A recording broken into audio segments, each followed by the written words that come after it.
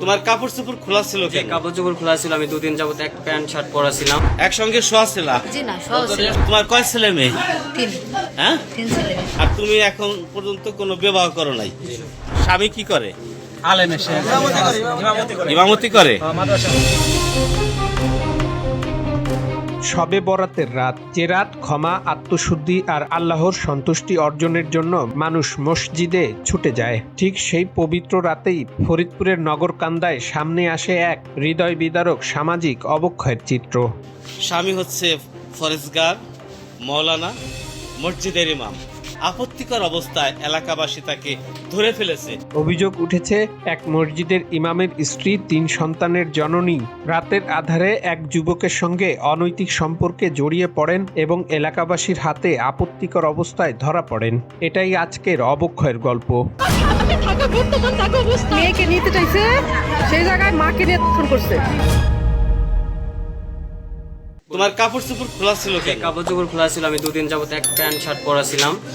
সেই বাবদে আমার বলছে আমার একটা লুঙ্গি কি অবস্থায় পাইছে তোমাকে? লুঙ্গি পরা অবস্থায়। ঘটনার দিন শবে বরাতের রাত হওয়ায় সবাই আল্লাহর সন্তুষ্টির জন্য নামাজে যান।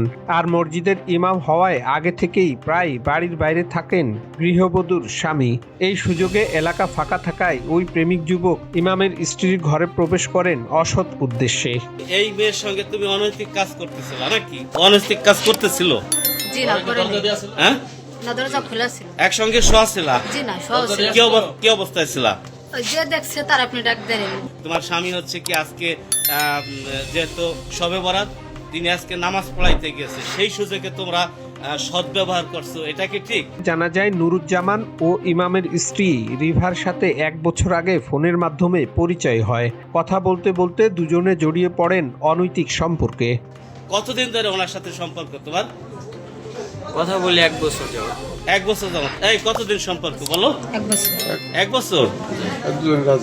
এর ভিতরে কতদিন তুমি ওর কাছে ছিলা? না, দিন আসছে, এর আগে একদিন আর আজকে একদিন। দুদিন। কয়দিন? মানে একদিন আগে আমি আসছিলাম, পরে আমারে বলছিল। আচ্ছা, আসছিলাম সেটা না, তুমি এই মেয়ে বলছে 2 দিন আসছো, তুমি 2 দিন আসছো? এই 2 দিন কোথায় তুমি? আর একদিন কোথায় ছিলা? একদিন দিনের বেলা আসছিল, সকালে আসছিল, 2 ঘন্টা থেকে চলে গেছে। এলাকাবাসী জানান সন্ধ্যার সময় ওই ছেলে বাড়ির আশেপাশে ঘোরাফেরা করছিল।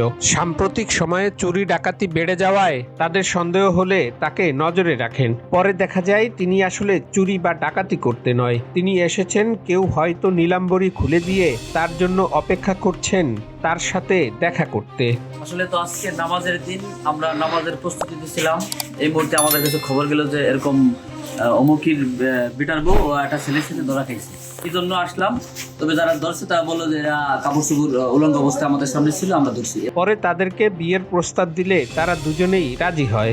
নুরুজ্জামানের বাড়ি ফরিদপুরের নগরকান্দার চর যশোরদী ইউনিয়নের তারাকান্দি গ্রামে, আর গৃহবধূ নগরকান্দার ছোট পাইকান্দি গ্রামের এক ইমামের স্ত্রী। এখন আপনারা এই যে আমার জাত যেভাবে ধরছে, আমরা কি করব? তুমি কি এই মেয়েকে বিয়ে করবা? যদি আপনারা বিয়ে দিয়ে দেন আমি বিয়ে করবো। তোমার বয়স কত হয়েছে? আমার বয়স 20 বছর। 25 বছর। জি। ওর কাছে এনআইডি কার্ড আছে। এনআইডি কার্ড আছে? আচ্ছা, কার্ডটা দেখো তো। আর তোমার বয়স কত? তুমি তো আসলে মানে তোমার কয় ছেলে মেয়ে? তিন। হ্যাঁ, 3 ছেলে মেয়ে। 3 ছেলে মেয়ে। কয়জন ছেলে? 1 ছেলে 2 মেয়ে। 1 ছেলে 2 মেয়ে। আর তুমি এখন পর্যন্ত কোনো বিবাহ করো নাই? একজন ইমামের স্ত্রী, 3 সন্তানের মা, ধর্মীয় পরিবেশে বেড়ে ওঠা একটি পরিবার কিভাবে এমন ঘটনায় জড়িয়ে পড়ল তার হিসেব মিলছে না কারো কাছেই। এই ঘটনা শুধু ব্যক্তিগত ব্যর্থতা নয়, এটি আমাদের সমাজের মূল্যবোধ, বিশ্বাস এবং নৈতিকতার উপর এক বড় প্রশ্নচিহ্ন। ধর্মীয় দায়িত্ব, পারিবারিক বন্ধন এবং সামাজিক দায়বদ্ধতা সবকিছুর ঊর্ধ্বে উঠে যদি মানুষ নিজের আবেগের নিয়ন্ত্রণ হারায়, তাহলে এর প্রভাব পড়ে পুরো সমাজে। তুমি সন্ধ্যায় আজকে আসছো এখানে, আজকে জানো যে শবে বরাতের দিন, আল্লাহর একটা দিন। তো আজকে সন্ধ্যায় এসে তুমি তার সঙ্গে অনৈতিক কাজ করছো। তবে দায় শুধু একজনের নয়, আমাদের সম্মিলিত সামাজিক অবক্ষয়ের দিকেই ইঙ্গিত করে। পরকীয়া, গোপন সম্পর্ক বা সাময়িক আবেগ কখনোই স্থায়ী সুখ বয়ে আনে না।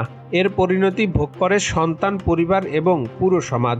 সময় এসেছে সম্পর্কের দায়বদ্ধতা, নৈতিক শিক্ষা এবং পারিবারিক মূল্যবোধকে নতুন করে গুরুত্ব দেওয়ার। পলাশ অত্যন্ত ভালো ছেলে, সরল সহজ ছেলে, তাকে ফাঁকি দিয়ে তার স্ত্রী অন্য ছেলের সঙ্গে পরকীয়া করে। বাস্তবের মুখোশ উন্মোচন, এটাই আজকের অবক্ষয়ের গল্প। এমন বাস্তব অবক্ষয়ের গল্প জানতে চ্যানেলটি সাবস্ক্রাইব করুন, ভিডিওটি শেয়ার করুন এবং এমন অনৈতিক কাজের বিরুদ্ধে সচেতনতামূলক মন্তব্য করুন কমেন্ট বক্সে। মেয়েকে নিতে চাইছে, সেই জায়গায় মাকে নিয়ে করছে।